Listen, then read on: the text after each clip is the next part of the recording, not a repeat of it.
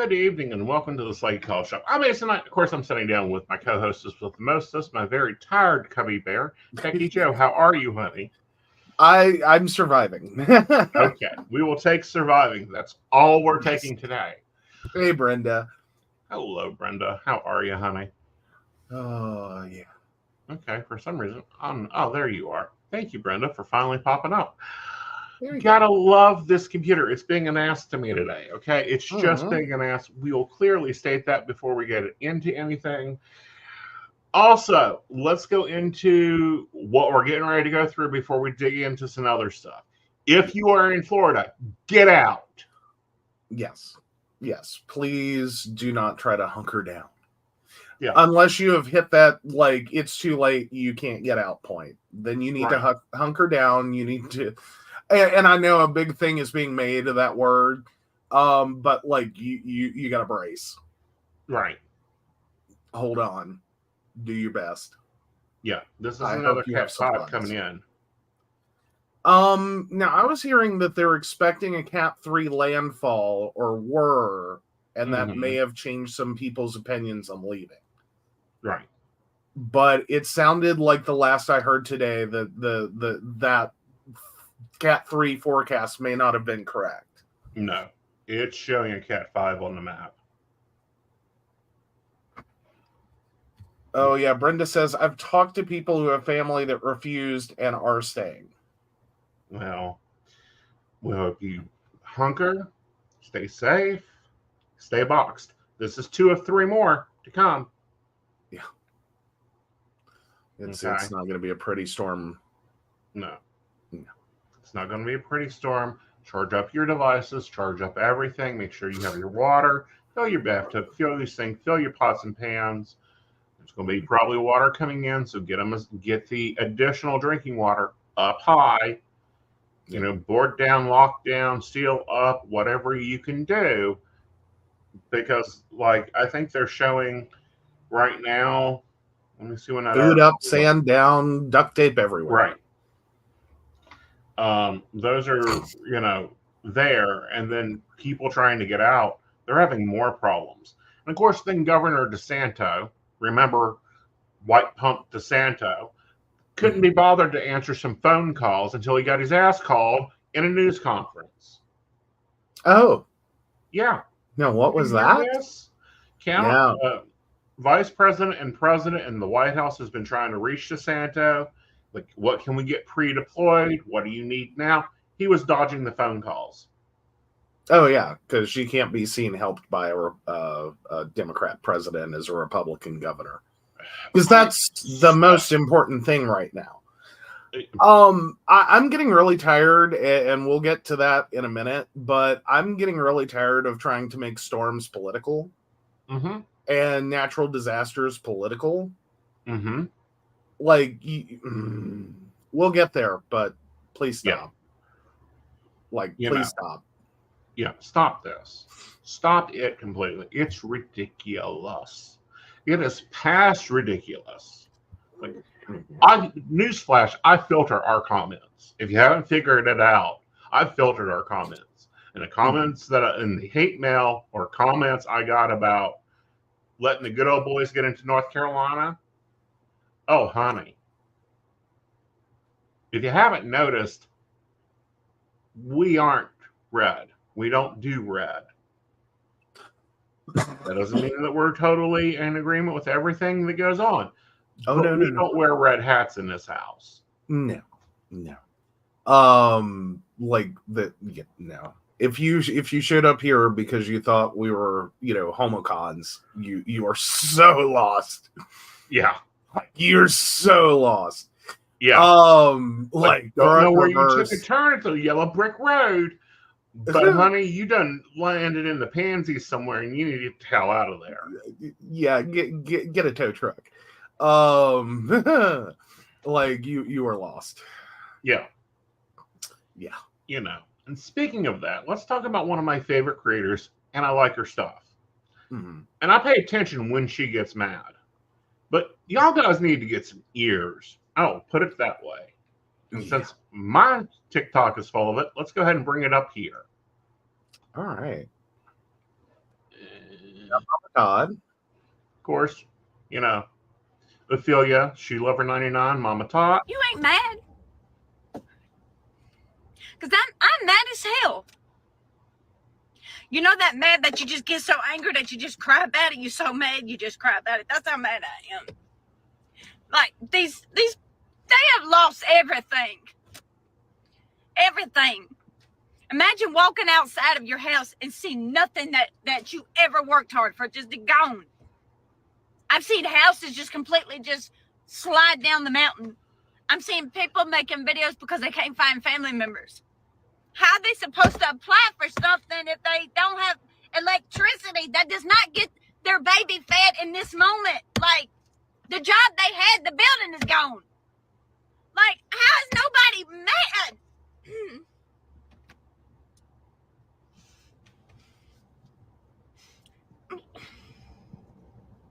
I'm so fucking mad. You ain't mad? All right. Sorry. Yeah, I don't hear that politically. No. Like, I Somehow don't. It's gotten turned political. Yeah, and I think some of it is kind of the glom on to a lot of the things being said about FEMA and the sometimes unrealistic expectations, right? That can occur in disaster situations, right? And that no, these people are devastated. You want them to fill out forms and tell you about, you know.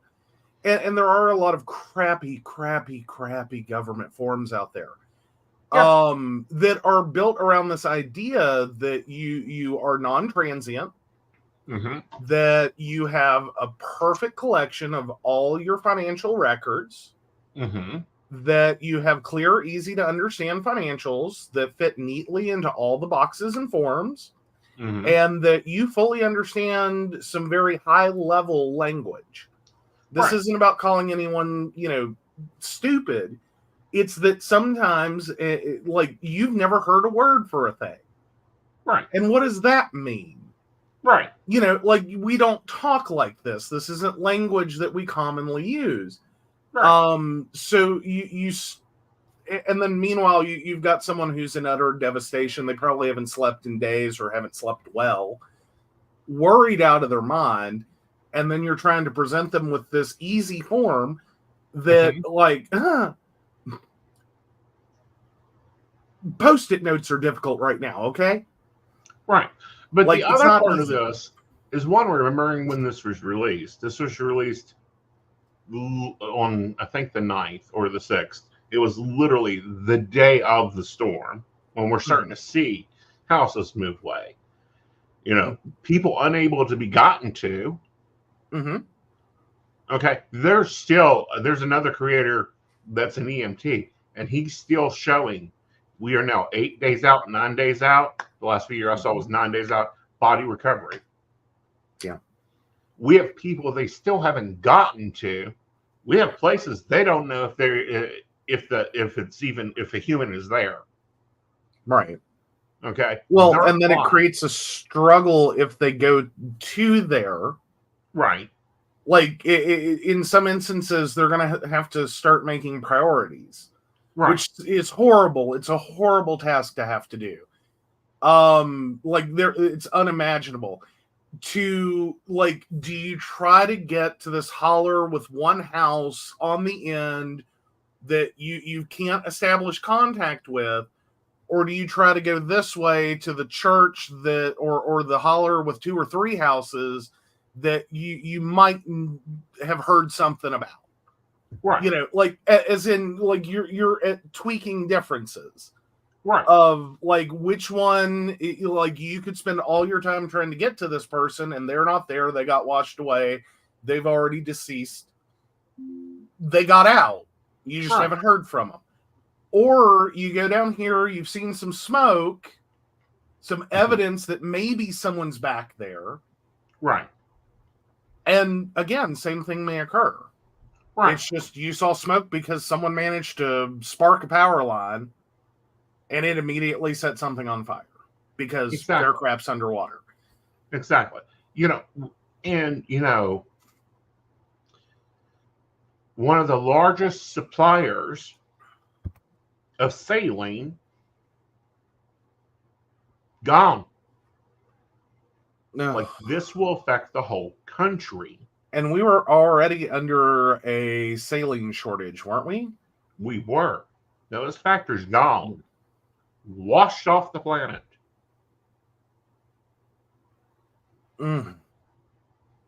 What's worse is we have corporations even debating if they're going to rebuild. Yeah. Because this is your unfortunate realities of, and again, not trying to get political, but when you have major aspects of daily life controlled by private industry, you also have to accept some consequences of that, which are, in some instances, it's not worth rebuilding. Right. It's fine to keep running. Like, we're eking a profit. It's, or you can take a giant insurance payment and close the division. Right. Just like, this is as good on a balance sheet as it's ever going to look. Close that division, move on, just take the check. Exactly.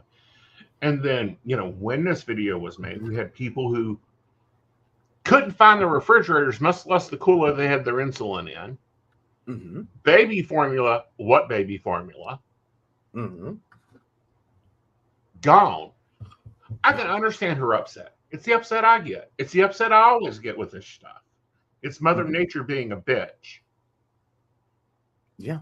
It's the harsh realities of storms. And then trying to necessarily stay calm in that. For anyone, whether it's directly affecting you, which is enough to drive anyone just absolutely crazy, or just being a bystander to it, and everywhere you look, like, you're fine, your house is fine, you're okay, but then you're looking around and it's just devastation, devastation, devastation, devastation. I want to help, I don't know how to help, I don't know who to help. Right. And all I can do is keep hearing horror stories. Right. And it's enough to tick off anyone. Right. And furthermore, we know she makes large donations. That gets publicized too damn much. She's led herself on so many causes. I would think it was evident that she's not a Trump supporter. She hasn't ever been a Trump supporter. And what does that fucking matter? Right. Even if she were, it doesn't matter right now. That's not really how she's, Right. Like, it doesn't matter. Yeah. Doesn't matter. The storm's not political. The storm did not come through with a ballot, pick a box, put it in in a tally box, and run away. Right. Like, that's not how storms work. Right. Like, if they did, maybe they could show up on election day. But it's not how they work. Right. Like, how do you make this political? Now, there is politicizing of storms and storm response, more importantly. Right. And we have seen that, and there is a growing segment of misinformation. Yes. That has been going around regarding FEMA, regarding, like, the idea that all you're going to get from the federal government is $750. That's one form of emergency financial assistance. Right. That is literally meant to buy, like, toothpaste, toothbrush, like, your pure basics. Yeah. To immediately address, like, you've lost prescriptions, you've lost your glasses, because like, this is the quick cash assistance that's like, here, $750, worry about it later. Right. Because it is a loan. Like, that pisses off a lot of people, is, it's a loan. It's not even, you didn't even give me money. Okay, one, it's not like, we'll pay us back at the end of the week. It's like, look, we know you're devastated right now. Here's $750. Fix what you need to fix. We'll worry about when you can pay it back later. Right. Okay? Like, this is the best loan you're ever going to get. Like literally, you don't have to have a credit score. I don't think they really go after anyone all that hard. Right. Unless you abuse it. Like if you show up and you were never affected by the storm and you take out that cash assistance, oh yeah, they'll come after you. Like, don't fuck with federal government. They don't like imposters showing up and pretending to be part of a devastated area. Well, that ticks them off. Well, it does. And then the other part that, if we remember the PPP loans, that, most independent contractors weren't able to afford because, too many corporations jumped on those loans faster than shit.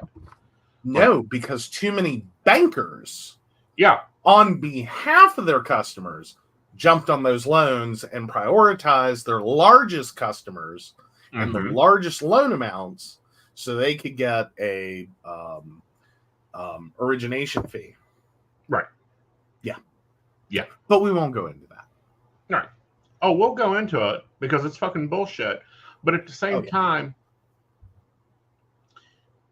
know your stuff. Don't be putting words in people's mouths. Don't be putting words that weren't said there. She was more upset about babies not having food and people not having insulin and people's whole livelihood going away. Yeah. Listen to the whole freaking message, not fill out a form. She wasn't talking about a form. She was talking about the situation. Yeah.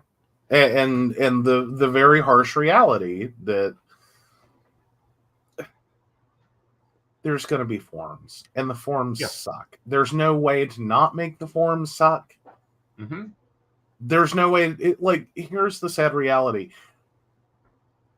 FEMA, Red Cross, whatever organizations appear to help,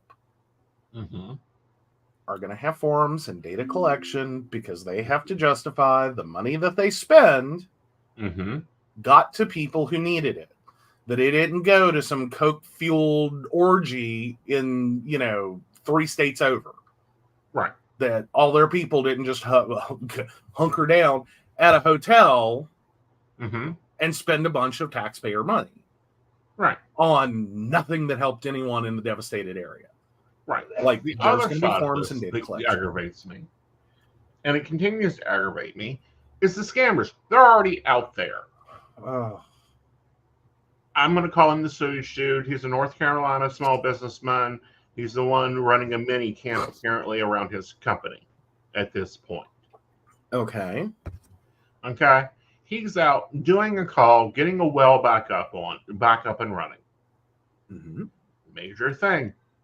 Water's kind of needed right now. People that are on wells, you got to get your systems back moving because you don't have to wait for the federal government to come in and rebuild your plumbing system.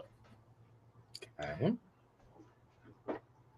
Guy gets out of a Prius, walks up to the lady, hands her a card. We got a tree on her house. I'm a FEMA-approved tree trimmer. The federal government will pay you 90%. Your copay is 10%. You can go ahead and write me the check right now. In a Prius, in a suit. Yeah. Yeah. That's Yeah. I mean, don't get me wrong. Some companies do have adjusters that come out and figure out the what's the job going to cost, do the estimate. I've had an ex who did what is that called? Abatement. What is it called?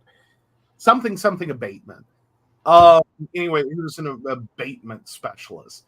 And I had no clue what the hell those words meant. And literally would go into, like, your house gets flooded, your house gets wrecked by a storm, whatever. And literally, like, he didn't do the work. Right.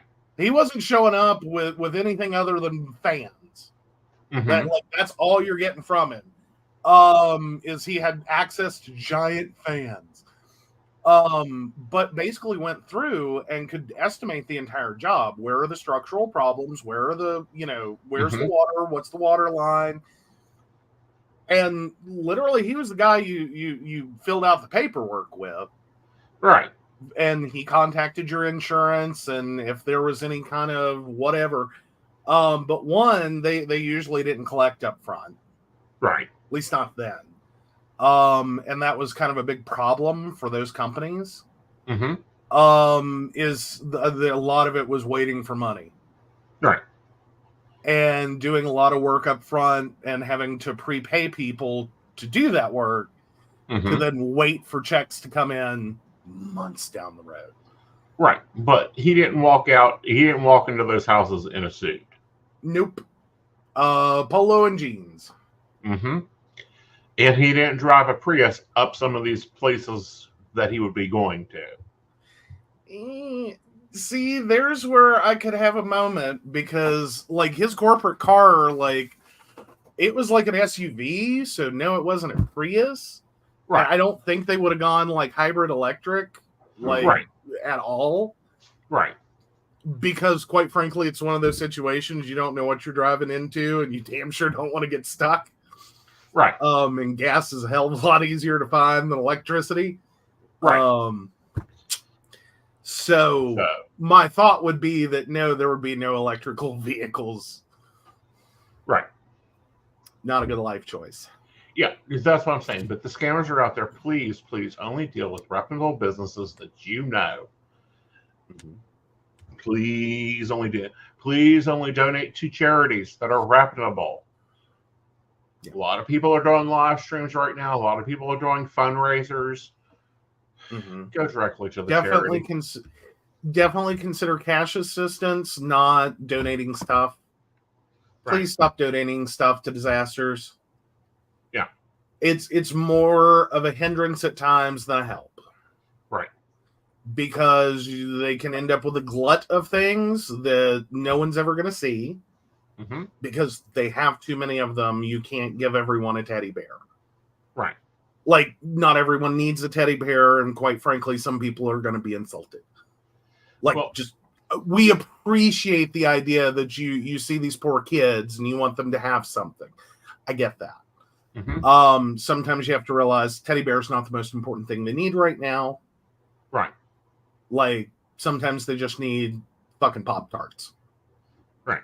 Like, they're kids. Cash. They're resilient. You'd be amazed. Right. Cash. Two places like Red Cross. Yes. North Carolina, FEMA. North Carolina, registered, not like, Johnny's live stream. You're going to pop in and you're going to spend, let's say, $200 on a diamond, and you send him a diamond. Well, here's the facts of it. That $200 diamond that you sent him takes quite a hit. Yeah, that goes down to $50. That might get to him. Then goes down that he could cash out. That might get to him, whatever.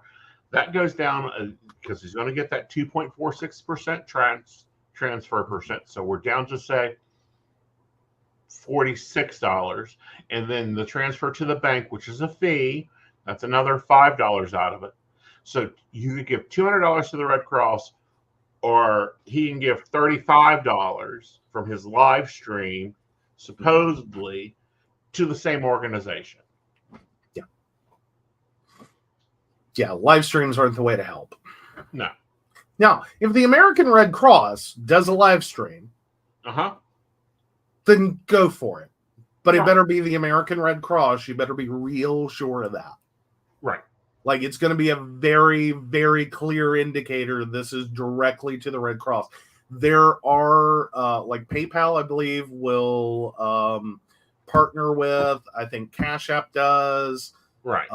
There's a few different of the money transfer platforms. Right. That typically will set up some kind of relief aid. But make sure you're using the right one. Right. Like, know where your money is going. Yeah. Let me see, because it popped up earlier for me. And in doing that, usually like PayPal or Cash App or whatever the payment platform is, will waive fees. Right. So typically 100% or as close as they can get to it of that money goes to the disaster relief, not to like rich old white dudes who didn't need more money to start with. Right. Yeah, PayPal's doing it, Cash App is doing it, and it'll pop up when you log in. It says donate or send money or what. The phrasing is going to be different per platform.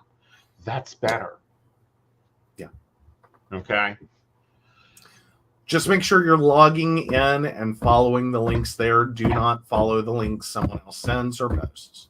Exactly. Please just do it when you log in. Exactly. So anyway, so those things are going on. Again, Florida, you're in the cauldron, but get out if you can. I think we're going to see a lot more against the East Coast. Yeah, it's been a very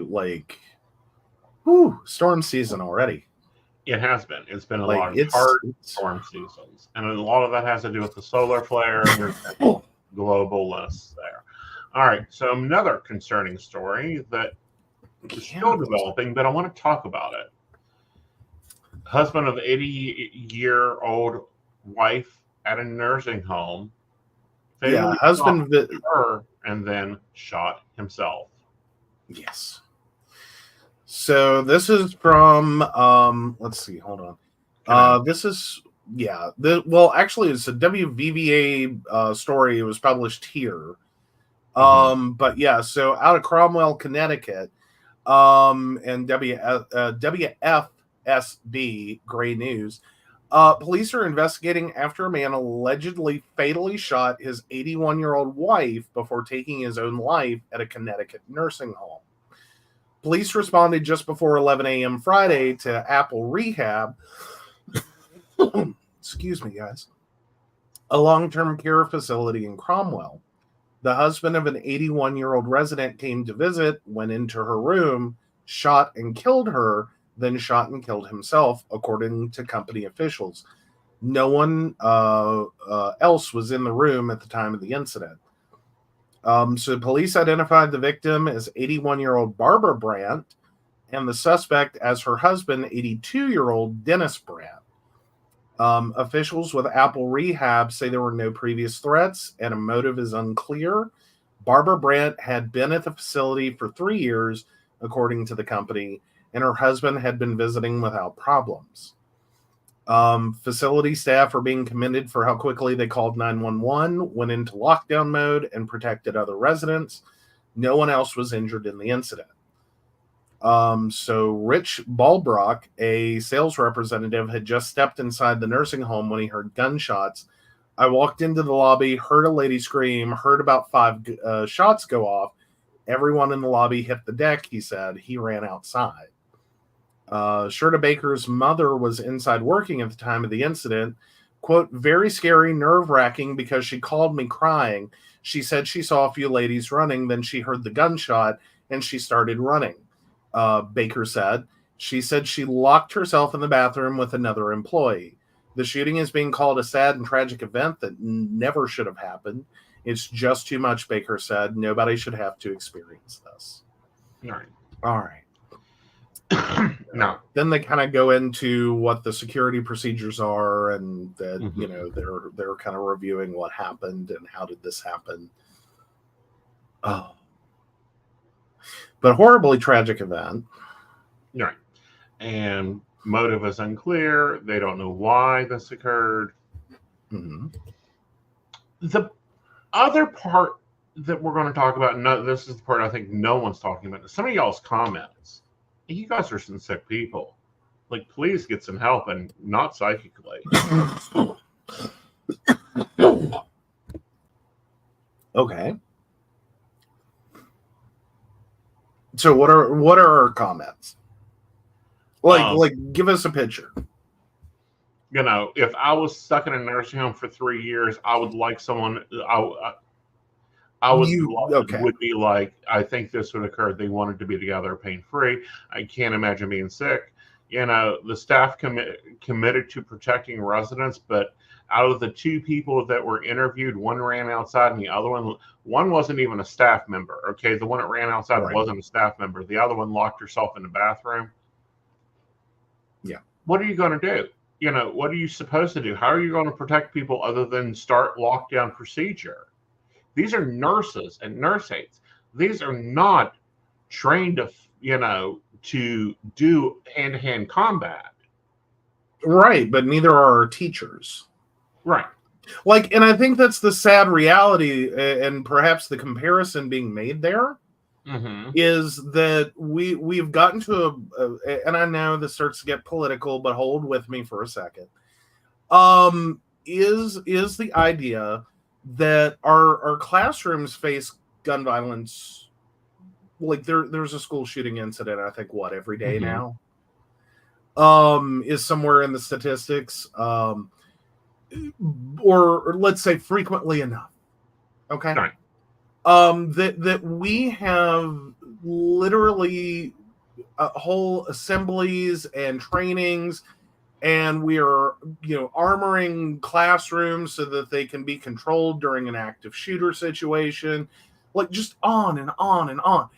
And that somewhere in becoming a teacher and educating students, which was the job description, you basically have to figure out how one human being is supposed to be a bodyguard for 30, 40, 50, 60 kids. Right. And, stop an active shooter and protect these kids. And then we're now trying to move it over to other, other employments. Right. That, we now expect this out of nurses and, long-term care facility employees. And like, at what point do we realize that that's not the job? Right. I mean, I appreciate people's heroism. I do. But that's not the job. Right. Like,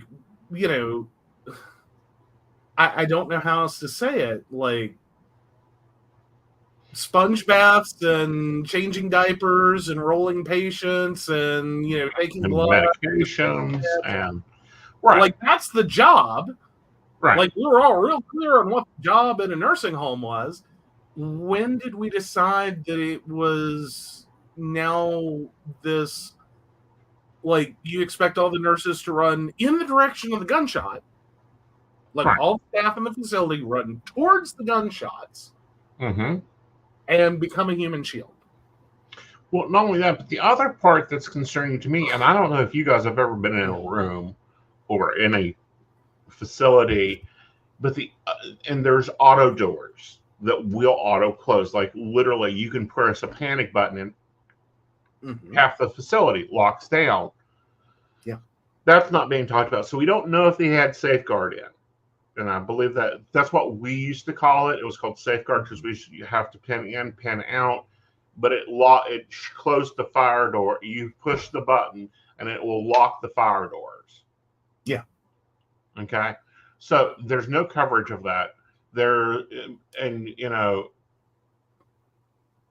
Well, mostly because most businesses don't want to talk about their security procedures, because there is still this belief that, and to some degree it's true, the less you talk about all the security protocols and all the things that happen in a facility, the less information you're giving someone to work around the security protocol. Exactly. But people are immediately thinking that everybody was just running away, past, and part of it is the limited information. Granted, this was 4 days ago. It's going to be a good while before we hear anything back about this.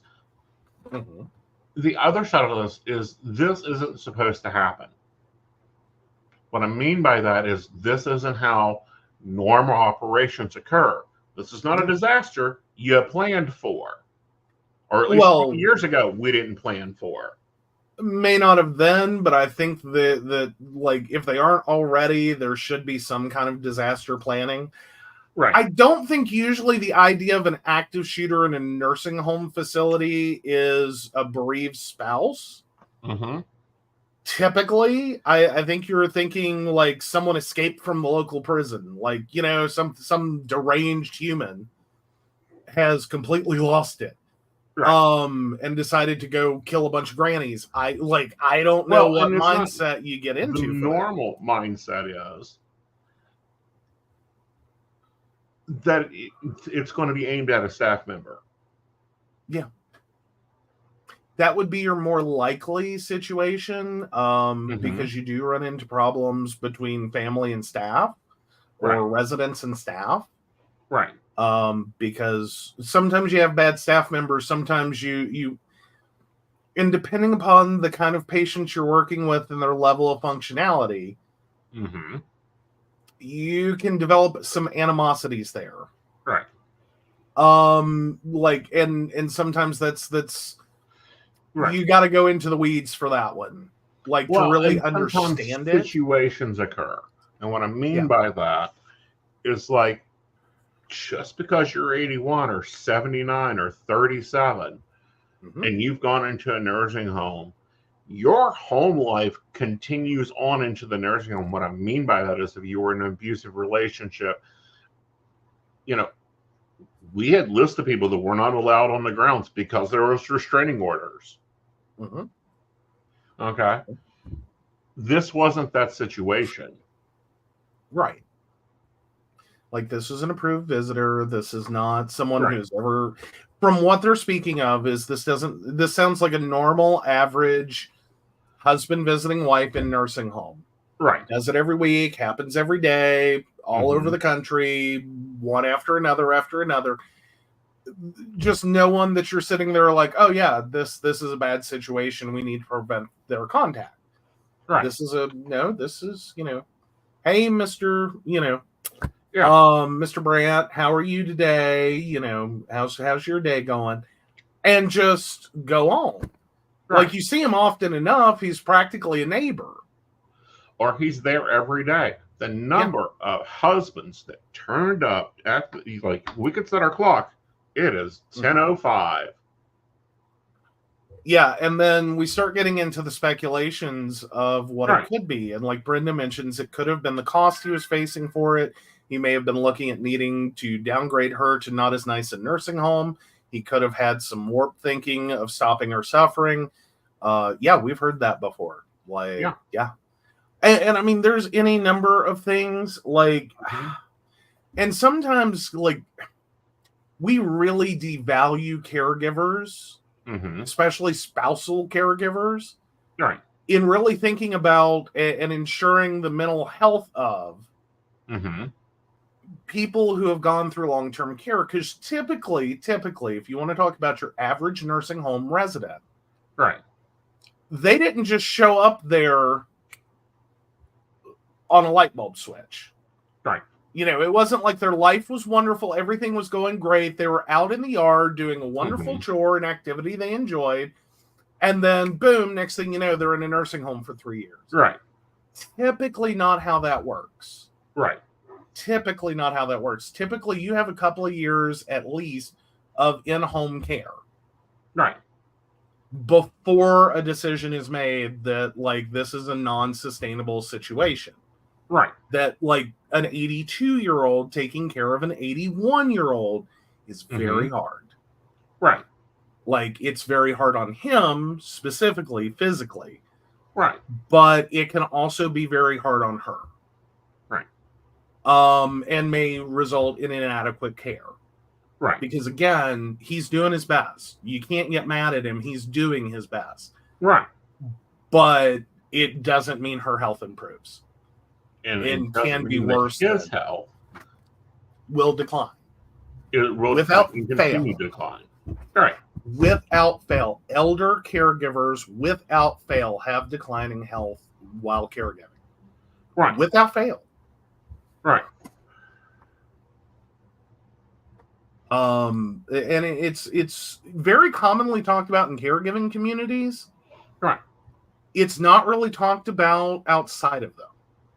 Like, we really devalue caregivers, and we think this is just part of the till death do you part, or, you had the child, you raised the child, whatever that means. And it's like, okay, most parents did not bring a child into this world thinking, for the next 65 years of my life, I'm going to have to pick them up, bathe them, turn them, diaper them, clean their feeding tube. Like, no one's thinking that when they bring a child into the world. Like, that is no one's thinking not. that. And then the other side of this is we don't know about where he was at in his health journey. Yeah. He may have gotten news that he's terminal. And then what? Yeah. Well, and there's also, and my dad sort of went through this, and far, far less, Right. like explicit. Right. For the majority of my mother's dementia, it was like he firmly believed she was having a hysterical fit, and that one day she was just going to snap out of it. Right. Roll over, do her hair, and drive home.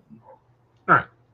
And, you know, cook him a sandwich or whatever. Like, my sisters have kind of animated that one a little, but because it was like this disconnection of what her problems were. Right. And that they weren't going to improve.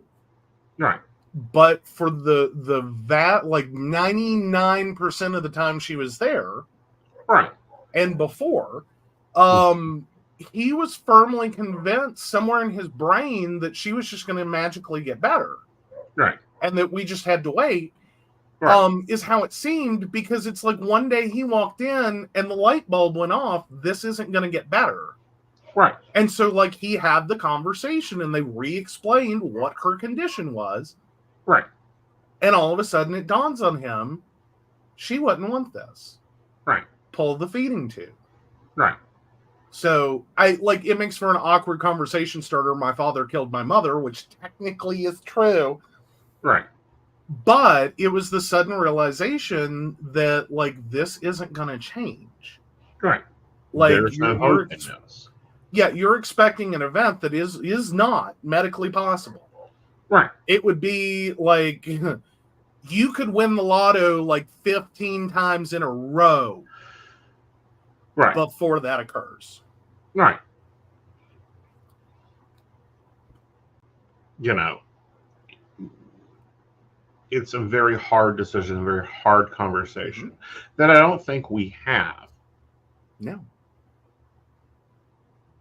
Well, and in a lot of cases, medicine doesn't always go into. Right. You know what I mean? Like, there are some times that medicine will do everything to prolong life. Right. Regardless of quality. Right. And that can be a very ugly situation when you're in your 70s, 80s, 90s, and 100s. Is, what are you doing? What are you doing? Yeah. Like, what is this patient's quality of life? What is this person's quality of life? Where do you think this is a benefit to them? Yeah.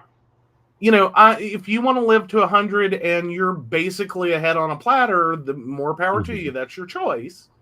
Right. And I'm not telling you you're wrong. I'm just saying, did you fully present the idea that you just basically what you are? Right. You're a non-functional, like, you can't get up and go and do and be anywhere. But right here in this bed, hooked to these tubes. And I think sometimes, like, healthcare tries to give optimism. And I think that's part of our own personal, like, hope for hope. And it, like, the real problem with elder care is you can do it all right. Right. You can do everything perfectly, and they still die. Yeah. Like, that's it. Their cholesterol medicines prevent a stroke that morning at 95. Yeah. But, yeah, like, let's put a pacemaker in a 95-year-old. You know what I mean? Like, yeah. That's where we're at. It's your medical right to do that. And if you understand what you're doing, and that's still the decision you make, I fully 100% support it. But if you're having to beg the 95-year-old to go through the surgery to have the pacemaker put in, Right. and you are just like guilting them into doing it. Right. Stop. Right. Stop. Right. I don't know. I think we should have sensible health care. A lot of people don't agree with us, but I'll say it anyhow. Mm-hmm.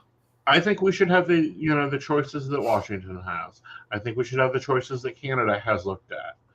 Could this have been done much more if these people were not in Connecticut, if they were in Canada, and both of their health conditions were not going to improve, terminal, whatever level, they could have made the conscious decision and done this differently. But in the U.S., we don't have that right. Yeah. We have prosecution for even looking at that. Yeah. Well, and there's a possibility it could have also turned out exactly the same. Right. But the reality is there are a lot of situations Right. in which you do have people that are kind of left feeling like this is the only way out. Mm-hmm. Right. Like this is some chance at death with dignity. Right. Whatever the thought Exactly. process is. So Behind it. yeah. But it is very sad, and it's not a situation that nursing home residents, Right. let alone nursing home staff, should be dealing with. No. Like, that's not what you expect when you go to work. That is not what you signed up for when you agreed to live here at all. Right. Like, that's very traumatic. And there's potential of ripple effects through that patient ward. I will tell you right now, a lot of drugs got dispensed after that. Mm-hmm. To try to bring down blood pressure. Everybody. Yeah. It's basically a blanket order at that point. Just right. Because you're going to start seeing blood pressure and pulse rate numbers that, did someone serve salsa? Right. Like, not trying to be too flippant, but there's a moment there, like, did we hand out espresso today? Because these aren't normal numbers. Right. Like, they're going to be highly elevated. And for some patients, that's a potential risk of death. Yeah. And what's even scarier is this, okay, I always search articles upon articles to make sure, like, all the facts and everything, because, one article's written and it's been published to 47 other news places. Mm-hmm. There were other instances, Florida, like in this, because, from January of this year, this is an increasing thing occurring. Yeah. Yeah. Like, and we don't want to talk about it. And when we do talk about it, we want to glorify it. Right. Like he was, he or she or they or whomever, was ending their suffering, was whatever. In some cases, that may be true. Right. But please realize that you're inflicting that situation and that decision on a building. Mm-hmm. Building full of people. Right. Like that is not your choice to make for them. Right. In either direction, as the caregiver, as the recipient of the care, neither should have happened. Yeah. And it is heart-wrenching. Right. Like, we get that. Like, we're those decisions and those conversations can be heart-wrenching. They really, truly can. This is not about callousness. This is about recognizing the importance of them. Mm-hmm.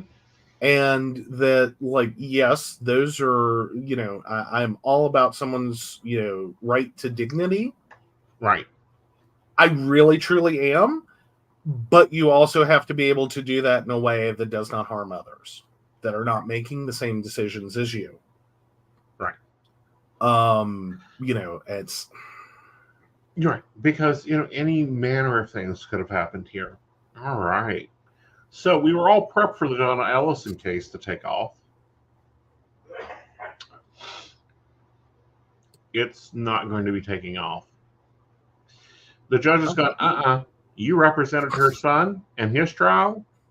Mm-hmm. You can't represent her. The day of the hearing, though. Okay, so what is this trial? Who is this person? What is going on? All right, remember the mother that arranged for the daughter-in-law to be killed? Oh, yeah. Yeah. And it took them like 10 years to find her, and they only found her because she booked a ticket to fly out of country. Mm-hmm. Is when they placed her under arrest. The day of the hearing, there wasn't a hearing. Judge literally told the attorney there's a conflict of interest here. You have to resign. You've been in motions for over a year now, dude. Mm-hmm. How Do you could think it was not? just a last minute realization that like you are the same one? Like, as in, no one ever thought about it. No one ever, because with a decade between trials, potentially. No, a year. A year between. Oh, Yeah. Yeah, you would have thought they would have figured this out sooner. Yeah. And that's that's going to be nasty. Right. Because you've gotten her all the way to what, pre-trial? Like, as in literally about to start the trial? Literally setting the jury. Oh, God. So she has to find a new lawyer. She also, and they have to get up to speed on the case. Yeah. They can't be connected to anything going on. Oh. Yeah. You know, someone's got to be sitting there and like, her appeals Right. are never going to end. No. If she's convicted, because there are so many things wrong with that. Right. Like, someone really should have caught that. Yeah, like if you're gonna pull that, pull it soon. Right. Like, that's. I mean, how do you mount a competent defense and a speedy trial? Right. Well, I think she waived speedy trial. Yeah, well, it's going to be a long process now. Yeah. Because that's starting all over from square one. Right. Because she waived speedy trial, but she challenged the delay in charging her. Okay. Okay. And now they've tossed her lawyer. Yeah. I was like, you are crazy. This is insane. Yeah, this should have been something they handled way earlier. I know, right? All right. So let's hop over to Samsung. I'm kind of glad because, like, we've been looking for Aeson a new phone.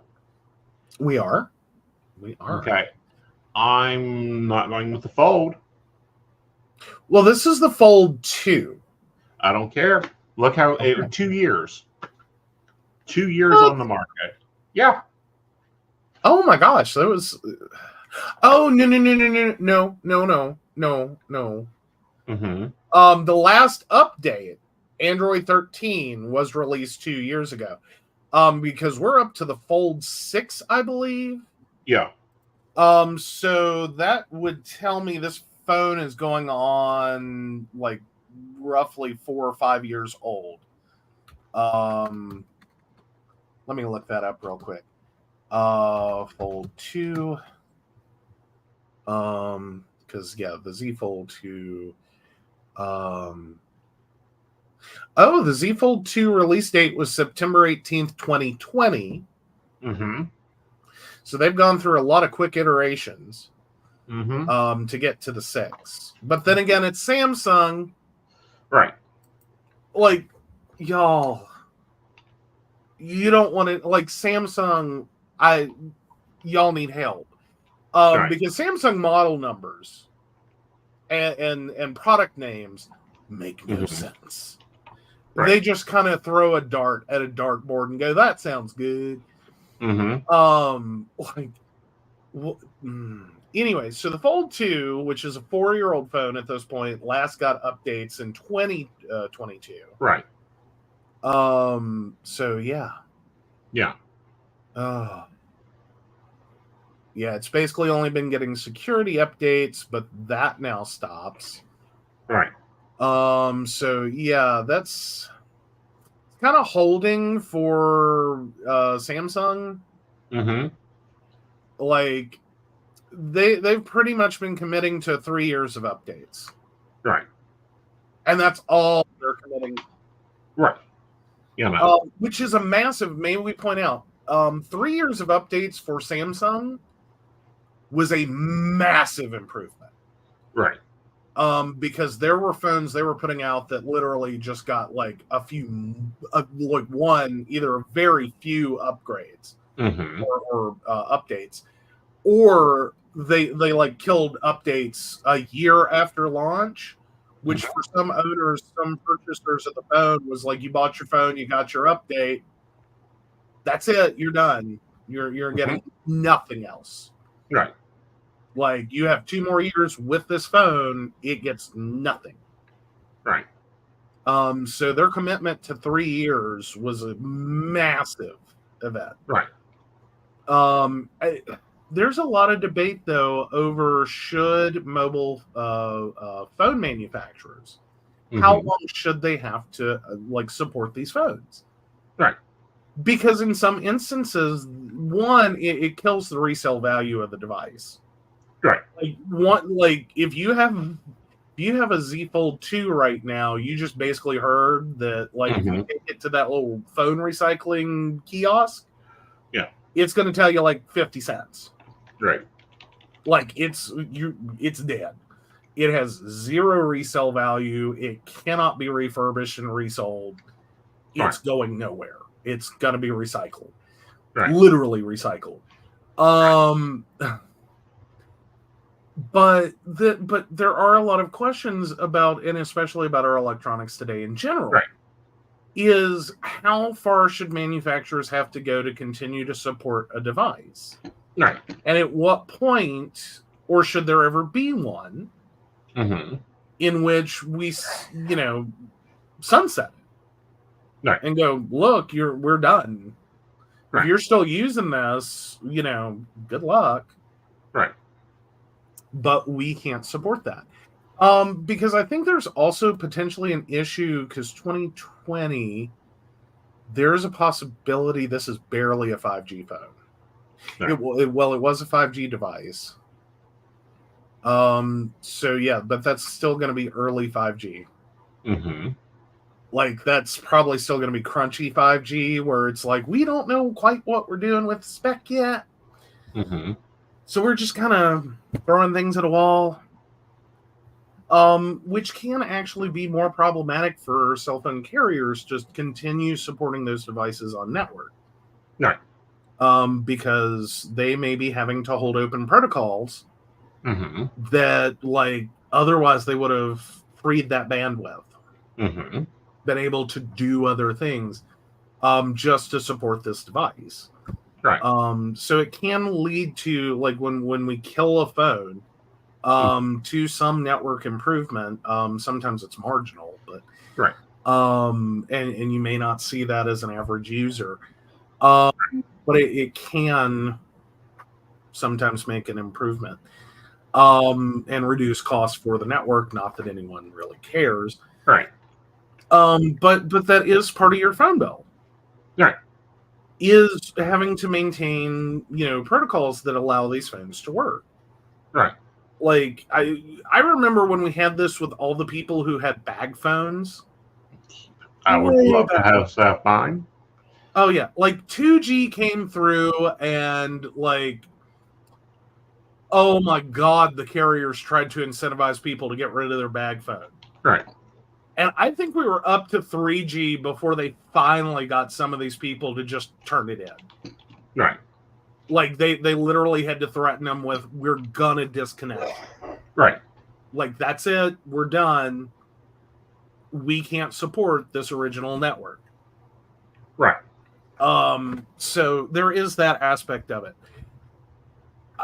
Some of this goes back to the actual, like, rush to market of the newest features, like 5G.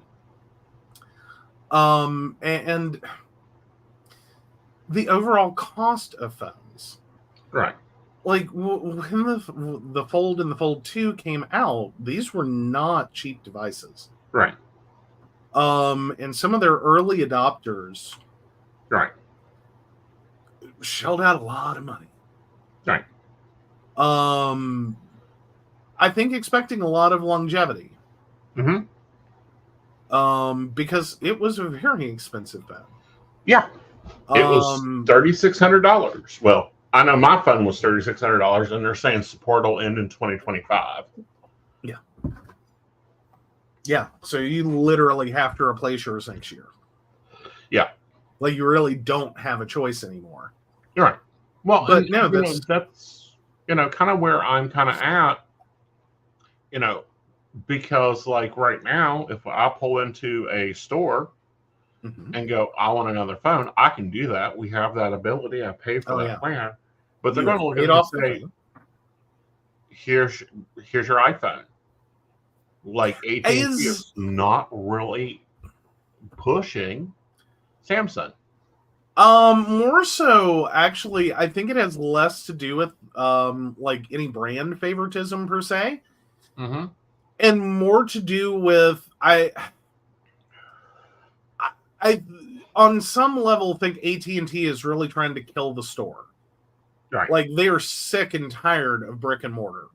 Go online, order it, we'll ship it, next day shipping, you'll have it. It's not a big deal. Right. Like get over yourselves, you don't have to touch it. Right. And that speaks to the larger like consumerism idea of like what is the value of a brick and mortar store, and do customers still need product? What value does that have? Or are we really better off touching it in person? Like, and that's a whole like that's a whole argument. Right. But ultimately, a lot of companies are trying as hard as they can to get rid of the showroom. Right. And if they do have a showroom, they basically have non-functional or barely functional devices, display units. And they're not stocking them because, quite frankly, they end up with product that's stuck on a shelf that may or may not sell, versus like an iPhone, which you can pretty much guarantee you're going to sell. Right. Like someone somewhere, and with the long-term value of an iPhone, like they're still selling 14s. Yeah. You know what I mean? We're up to the iPhone 16, but they're still selling 14s. Like you will have a resale market for a while. So, and you will have consumers that start a new contract on a like iPhone 15 next year. Right. So you're not really wasting it. It may sit on a shelf for 18 months, but it'll sell. Right. The problem with Samsung is you don't really see that same product life cycle. They're pretty much, if you can't sell it in 6 months, it's pretty much waste. Right. No one's driving to your store to get their, S22 Ultra. Right. They'll like, or their, Note 20 that you still have sitting on the shelf a year and a half later. Right. Like, no one's interested. Yeah. So, and it may not even be supported. Yeah. And that's also a large part of it. Yeah. Is, and that is kind of sometimes the considered iPhone advantage. Although there's a lot of caveats and asterisks that go with it, is that like iPhone or Apple does continue to support devices for a while. Right. Much longer than the 3 years that Samsung has. Right. Now, granted, I said there were a lot of asterisks to that. Right. And there have been a lot of problems with it. Right. But ultimately, those devices continue to have resale value. Right. Months, years down the line, basically until the base technology they run off of is dead. Like, you can't sell a 4G phone right now to anyone. Right. Like, 5G. You can't. Well, no, you can sell it. It just isn't. It's gonna suck. It's going to go somewhere. Yeah. All right. All right. So let's flip over and let's do a break, and when we come back, we'll be figuring out if you're the asshole. Alrighty. Love diving into metaphysical topics, psychic insights, and lively discussions? Now you can help keep the conversation going. By becoming a Patreon supporter of The Psychic Coffee Shop, you'll gain access to exclusive content, behind-the-scenes insights, and special perks just for our patrons. Join our community and ensure that your favorite psychic show continues to thrive. Your support helps us bring more enlightening episodes, special guests, and deep dives into the world of the unseen. Become a patron today and enjoy a cup of wisdom with us every week. Click the link to join the baristas and unlock exclusive content. Thank you for your support. Unlock your full potential with Aeson Knight's life coaching. Are you ready to take control of your life and manifest the future you deserve? Aeson Knight, a seasoned life coach and master psychic, is here to guide you on a transformative journey. Whether you're navigating personal challenges, career transitions, or seeking spiritual growth, Aeson's life coaching services offer tailored guidance to help you achieve your goals. With Aeson by your side, you'll discover the tools to overcome obstacles, embrace your true self, and create a life filled with purpose and fulfillment. His unique blend of spiritual insight and practical coaching empowers you to turn your dreams into reality. Ready to make a change? Book your session today and start your journey to a more empowered, balanced, and joyful life with Aeson Knight. Click the link to schedule your first session and step into your power. Are you ready for an electrifying podcast experience that keeps you coming back for more? Join Aeson Knight every week as he takes you on a journey through captivating shows, each exploring unique and fascinating topics. And here's the best part. By subscribing, you'll never miss an episode where you can get your burning questions answered live on air, absolutely free. Whether it's relationship advice, career guidance, or mystical insights, Aeson's podcasts have got you covered.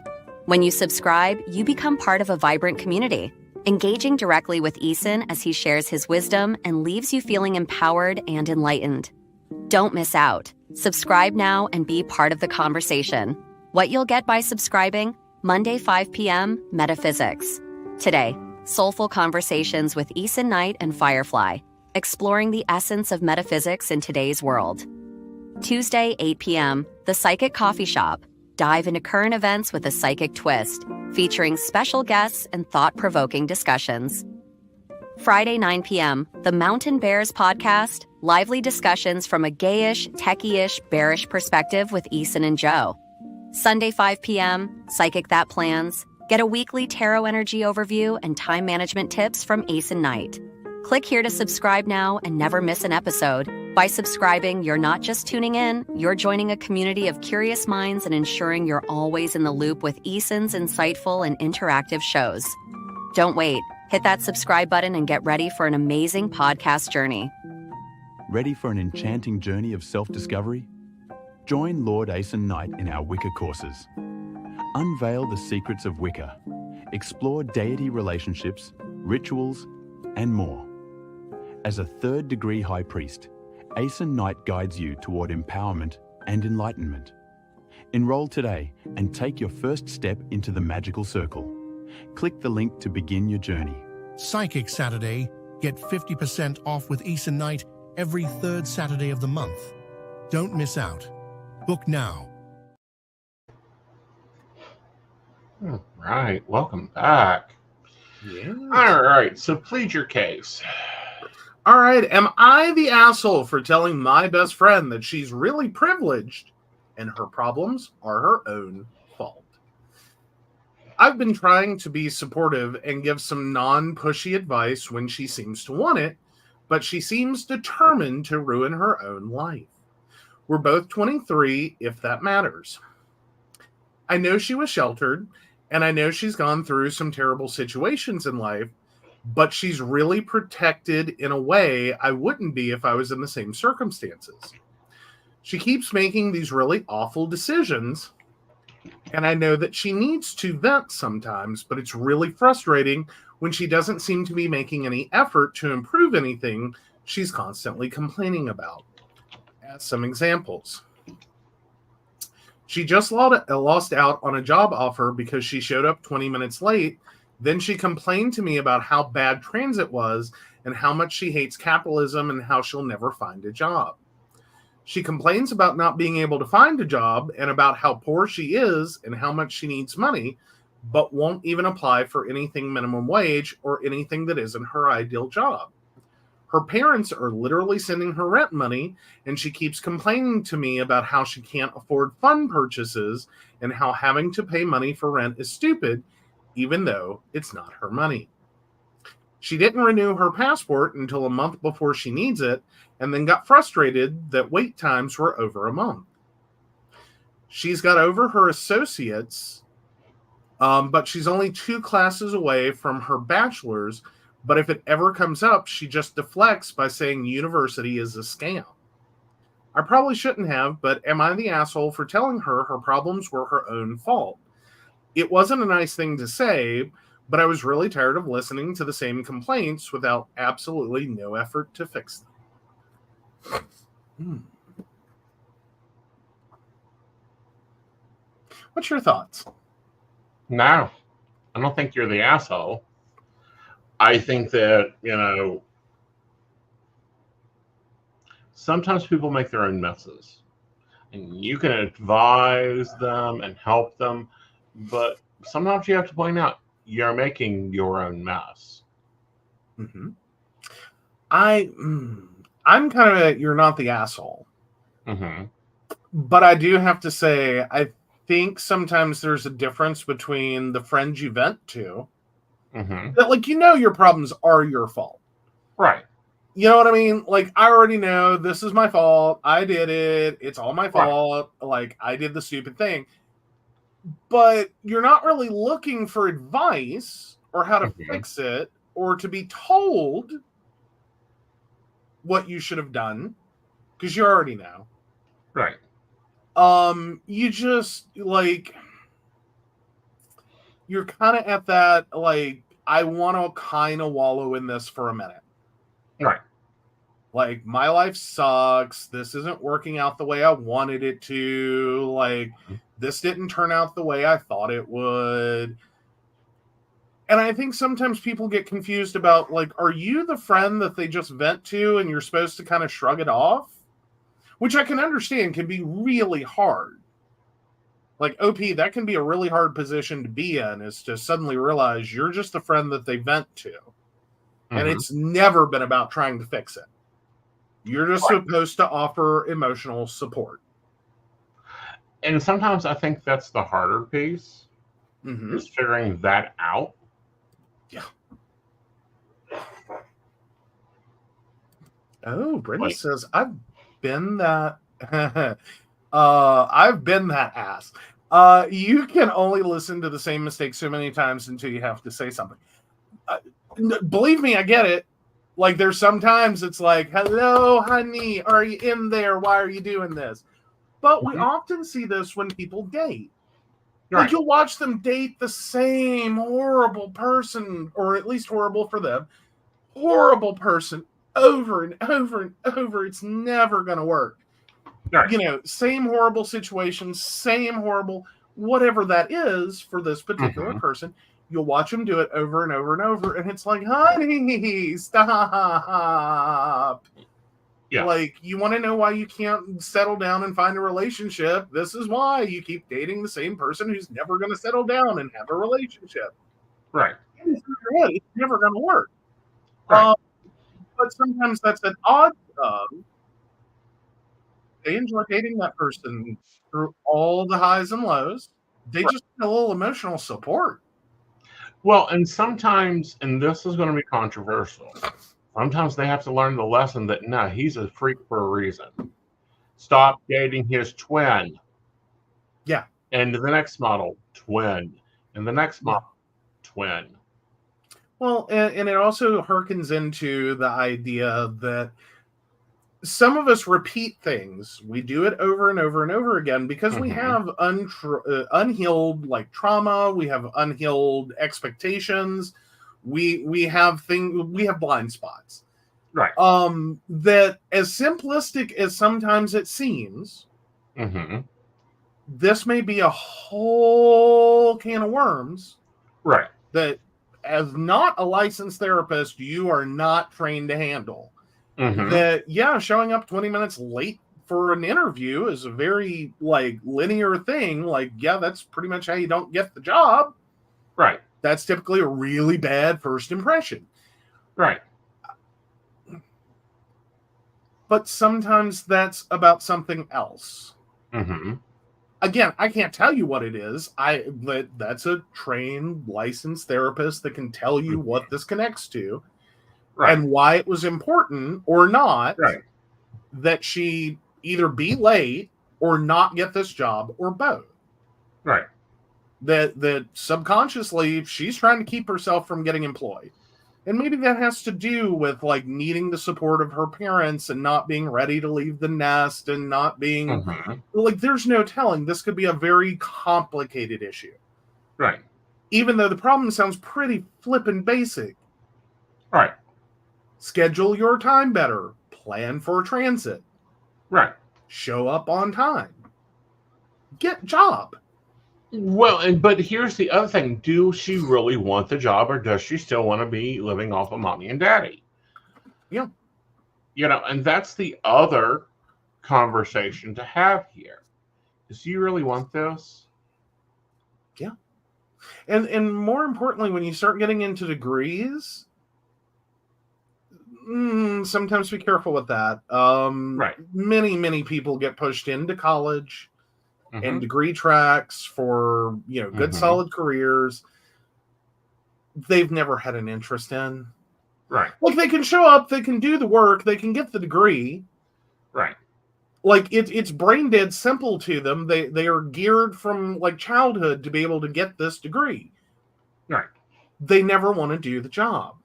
They've never had an interest in this field. They want nothing to do with it. But it's what mommy and daddy pretty much filled out her paperwork and sent her, slapped her on the butt and said, you're going to go get a degree in that. Right. Because that's what we'll pay for. Right. And she went, okay.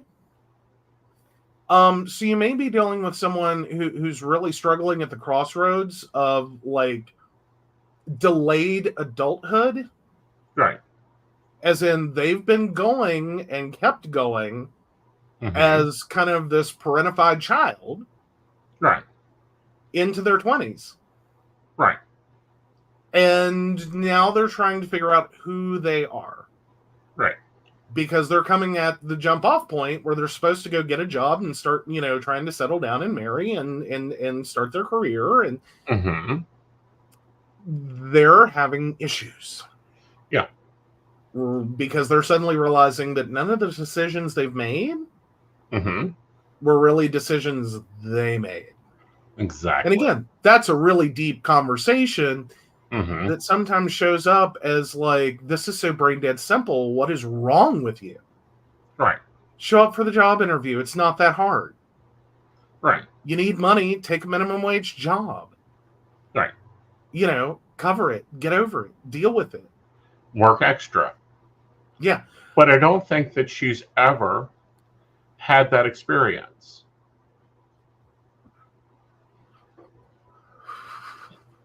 Oh no, Brenda had that friend. We just looked at her each time. Is he in jail? Is he facing jail? Did he just get out of jail? It was a pattern. Yeah, sometimes you see that person and it's you just know. Your friend doesn't have to say a word. I'm dating someone new, period. I know everything I need to know. Right. I will describe them to a T off of that sentence alone. Exactly. I've had that friend. I think we've all had that friend, and it's and it's sort of here we go again.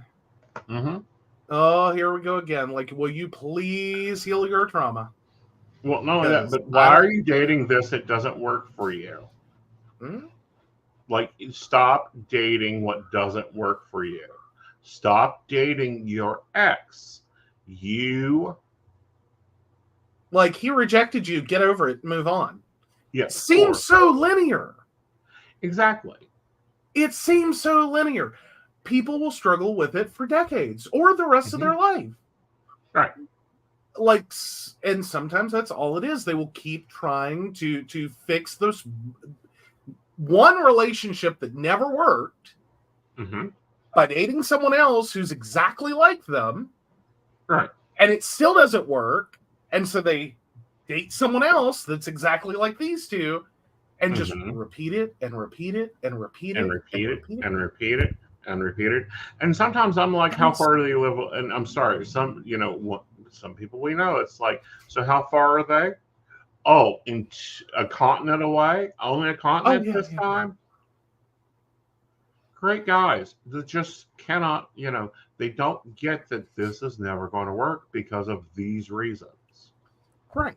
And it's really, and sometimes we're the worst observers of our own behavior.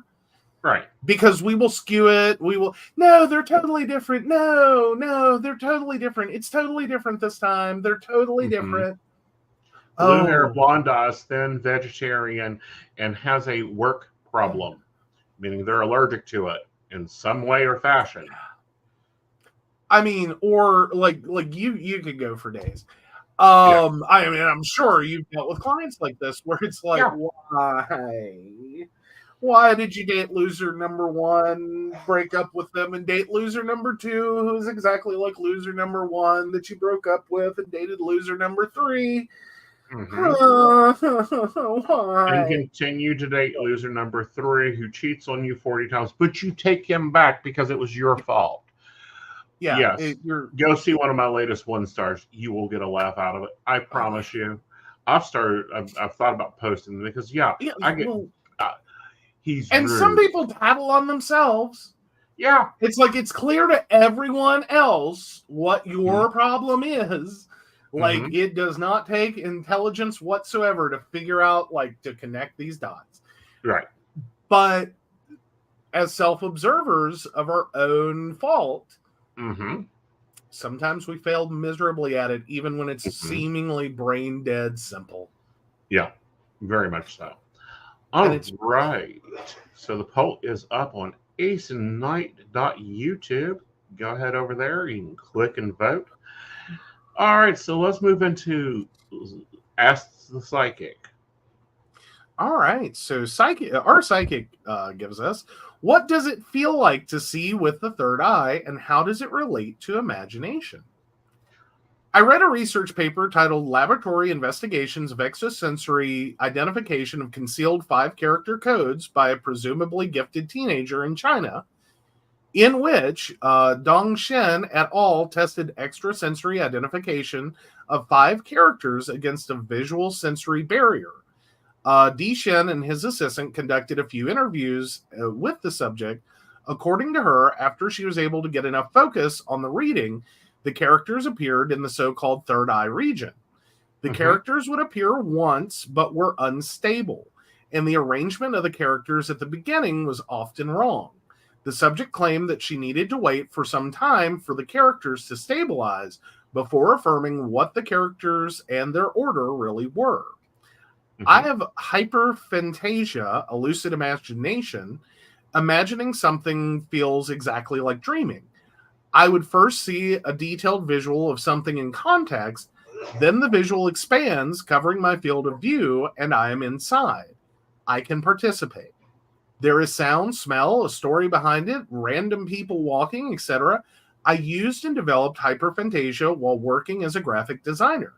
I just understand the requirements of the projects, close my eyes to avoid distractions, and the images of the design pop in. While I frequently involuntarily experience clairvoyance, I seldom experience, or claircognizance, I seldom experience clairvoyance. My clairvoyant visions have never been visually accurate, only their description, so they are just everyday synchronicities. So I have the skill to effortlessly experience something, and it puzzles me that I cannot have clairvoyant visions as easily. I want to know if using my imagination is the right path, or is distancing me from seeing with my third eye. Can you explain what it feels like to see with the third eye? Is seeing with the third eye similar to imagining something, Or are they different actions? Do you have the teenager's ability described in the paper? Thank you. Note, I've read many have their interpretation of seeing with the third eye. My question is specifically targeted at the people who use their third eye for clairvoyance or remote viewing. Mm-hmm. No, it is not like imagination. That's comparing standing out in the rain and being dropped into the deep end of a pool. Okay. How so? And which one's which? Imagination is like standing in the rain. Okay. Okay. You feel the droplets, you see the temperature of the water, but you're able to see overlays. You're able to see around the boxes. Like you can choose to augment it, make the rain heavier or softer. You can pick up smells. You can interact with it. Right. Okay. Well, not only that, but it's existential. Okay. Like you go stand out in the rain. Mm-hmm. It's existential. It's coming, but it's not fully immersive. It's not encapsulating everything. Okay. That's part of what's happening. Right. Like, unless you're in Florida in the middle of a hurricane standing in the rain.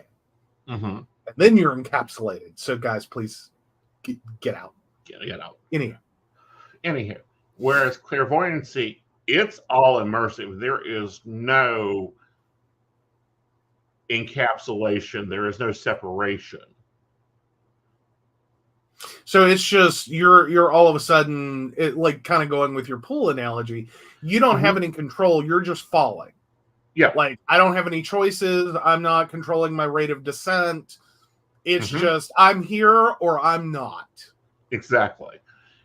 So with that for me, like if I'm looking at a person's dog, I'm standing in their bedroom looking at their unmade bed and the dog and having a conversation with the dog and able to go through the organs of the dog and look at bone matter and, the whole 90 yards. If I'm looking at a, standard question, is my boyfriend cheating on me? And I'm suddenly in a bedroom that you're not in and he's with a girl.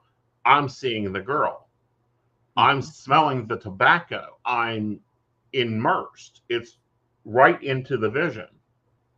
Yeah. Like, as in, basically, you're getting thrown, like, you don't have, like, let me stand over here in the corner and just peek. Right. It's like, I'm pretty much, like, face to butts. I'm seeing it. Like, I don't get to be like, I'm going to go be polite and demure and stand in a corner and just be like, okay, yes, he's cheating. It's like, oh, God, this is the porno no one wanted. Exactly. Yeah. On bad television. Okay. That's the other difference. Imagination, I can paint that picture as brightly and like the green grass and fill in the, we can go through and imprint what we want. Right. Clairvoyancy is not that. I don't have control of it, meaning I don't have control of what I see, except there's a few things I've said, no, don't ever show me that again. Yeah. Not. Yeah. Okay. And I'm able to control that, but I'm not able to control the environment that I'm in. Mm-hmm. A client calls me and we're in a car on 105 in a traffic garage. I'm in the car there going, God damn it. Can you stop and call me when you get home? This can wait till then because they can't drive and I can't interact. Yeah. And it's more so I'm an unwitting passenger and I'm feeling your stress. Yeah. So this isn't well. I have to ask, have you ever been in a situation where someone's been like, is he cheating? Uh-huh. And what you got transported into was not cheating. Yeah. I get trapped in offices all the time. Okay. Has it ever been, like, I'm trying to be careful. Has it ever been like you're just suddenly in a casino? Like he has a gambling problem or a drug addiction or and just all of a sudden you're You're thinking at worst, I'm going to see some like 60-year-old boffing a 20-year-old for money. And next thing you know, like you're in the middle of slot machine city and Oh, yeah. just, oh my God, no. Yeah, very much so. Ooh. Yeah. Or, you know, the middle of Paris, and it's like, no, honey, he's on a business trip. Get over it. He's not home. Yeah. He's really not home. Yeah. And he's not cheating. Yeah. Like, he's just really busy and there's a time delay. Right. And then there's like, because there's, you know, social media is so big now. I have clients that asked about people, and I'm like, yeah, what about them? Because there's no connection. So when there's no connection, I get hit into a brick wall of blank. Ooh. Is that worse than like the drugs or the casino or the like drunken, you know, bender? Like is the brick wall just like thud and like, oh, please don't do that to me? Or is it just like What? 404 page not found? 404 page not found. Okay. You know, tell me about David.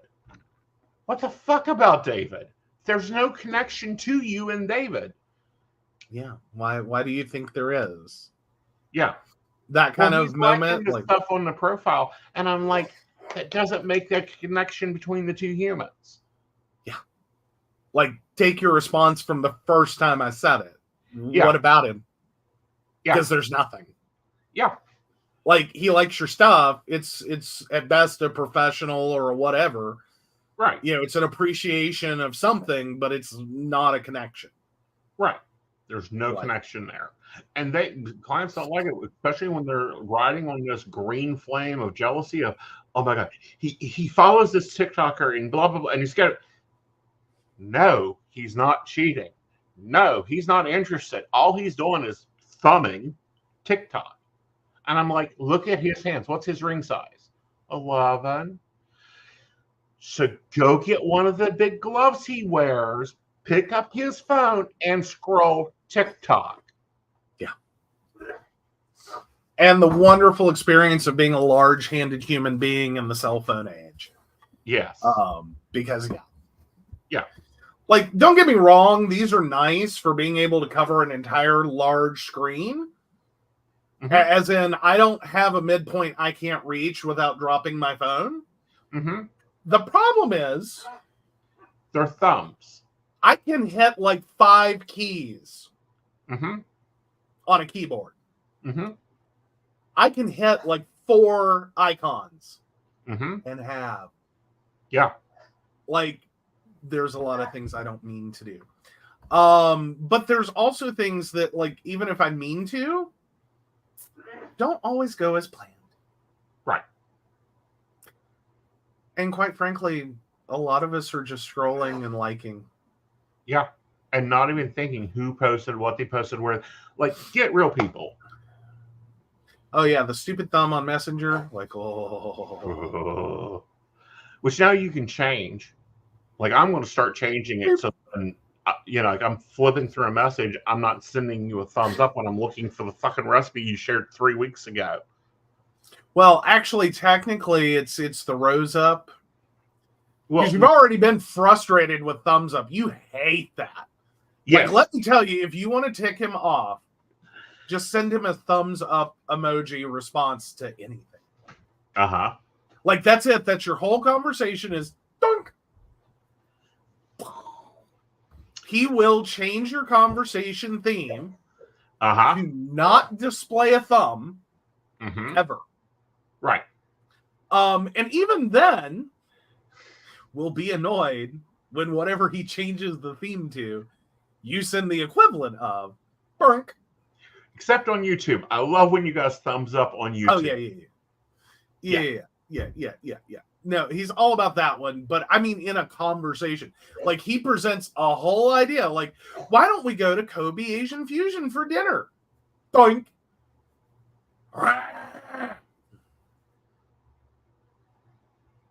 Hates it. Like, especially when we were first chatting. Oh, yes. People will change the theme as harassment also. Right, Joe? Yes, I will, Princess Peach. So there's a whole backstory. It's okay, right. guys. It's a fun insight. And these are things you get when you become a barista. Exactly. You know, you get access and chats and all that. But, you know, and kind of thinking about it, if we ever get to full VR, like upload level VR, I think people will finally understand what it's like to be clairvoyant. Oh. Ooh. Okay, I want to hear more. I'm struggling to make the connection, but okay. Okay, remember the show Upload? Yes. Where you could pop in and you could do any, you know, you had multiple options of themistry there. Yeah, like you can basically interact with this world like you're physically involved, but then you can step out of it back to the real world. Right. And it's basically supposed to be fully immersive versus the people that have been uploaded who are deceased and they are now continuing their existence as digital beings. Right. Yeah. That's what I was saying, is that's more like clairvoyant is. Yeah. Without the eye filters. And what I mean by that is, like, you see the energy, you see the auras, you can see the connections, you can see the cording, you can see, like, A talks to B, and there's a thread there. So that thread is, you know, red or blue, and you work out your own system on how you tell, like, you're a couple, you two are friends, and you two don't like each other. Okay, so it's kind of an augmented. Right. Okay. But you also don't choose necessarily where you're going in at. Exactly. Like, there's no knock on the door. Hi, I'm here. You know. Yeah. Choice to be Right. let in. It's just kind of like, and I fell into your bedroom. Right. Yeah. Or, oh, great, we're in the living room. Why are we in the living room? Oh, now I see the problem. Oh, you two are arguing. Okay, this will be interesting to watch. And this is happening at microseconds. Like, too much of your life, microseconds through, and then trying to put into words the answer for the question. Like, is he cheating? No, he's not cheating. Is there a connection between you and him? Yes, there's a connection between you two. You know, looking for that. That's why, like, tell me about my job. What do you want to know about your job? Your office chair sucks? Your paycheck sucks? You're not working enough because you don't actually put yourself out there? Give direction. Like, this is a horrible job for you, but you're never going to leave. You're going to ride this to your retirement and be miserable. Right. You know what I mean? Like, as in, nothing I'm going to say here today is going to make you realize that you need to get out. You're just going to do it. Right. So it's kind of a moot point. So do you just want to hear that you have options so you feel better? Right. Like, what do you want? Right. Yeah. So Brenda points out seeing while still seeing real life is weird.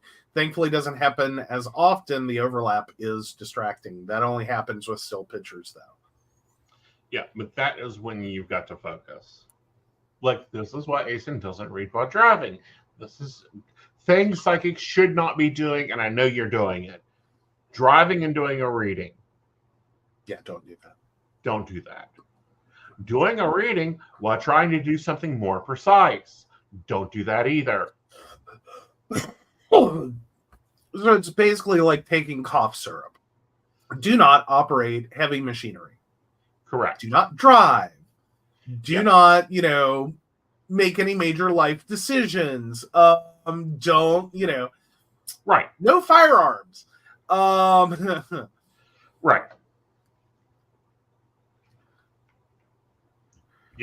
So that's where that's at. Let's see if you're the asshole.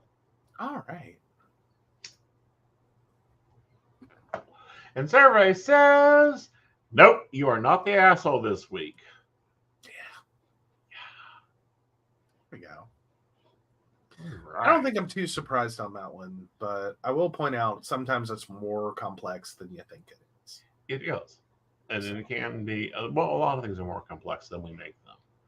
But you're a friend, not a therapist. Exactly. All right, guys. You guys have a great week. We will see you Friday at 9 p.m. for Mountain Bears. Bye, y'all. Bye. Oh, wait, we got a list of people. Yes, we do. Yes, we do.